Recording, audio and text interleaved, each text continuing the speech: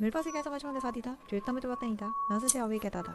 जैसे मुझे याद है वो हमेशा हमारे साथ ही रहती थी। यह भी उसी की कारण है कि मैं भूत और अलौकिक घटनाओं पर विश्वास करता हूँ।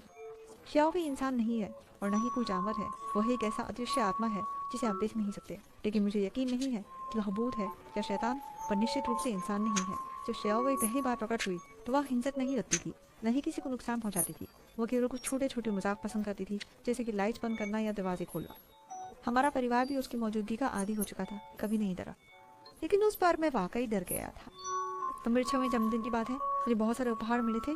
दादी ने मुझे एक नीला गुब्बारा दिया था जिस पर राजकुमारी का चित्र था। जन्मदिन के बाद वो गुब्बारा हमेशा से ही लिविंग रूम के कोने में रखा हुआ था। कुछ दिनों बाद गुब्बारा धीरे धीरे हवा छोड़ने लगा और ज्यादा पिचक गया, लेकिन अभी भी आगे आकाश में तैर रहा था। शरारती शाओवी ने इसे देखा और अक्सर गुब्बारे की रस्सी पकड़कर घर में दौड़ती।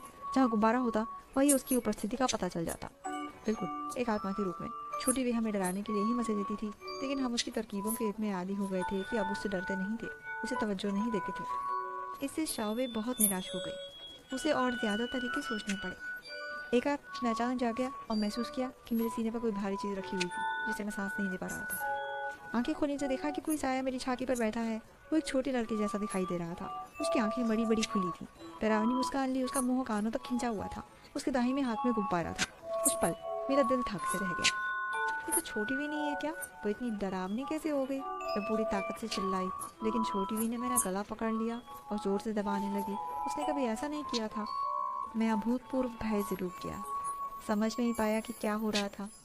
फिर आसपास की हर चीज़ काली होने लगी। जब मैं फिर से जागा तो सुबह हो चुकी थी और छोटे भी पूरी तरह से गायब हो चुके थे। उस रात के बाद मैंने उसे कभी नहीं देखा।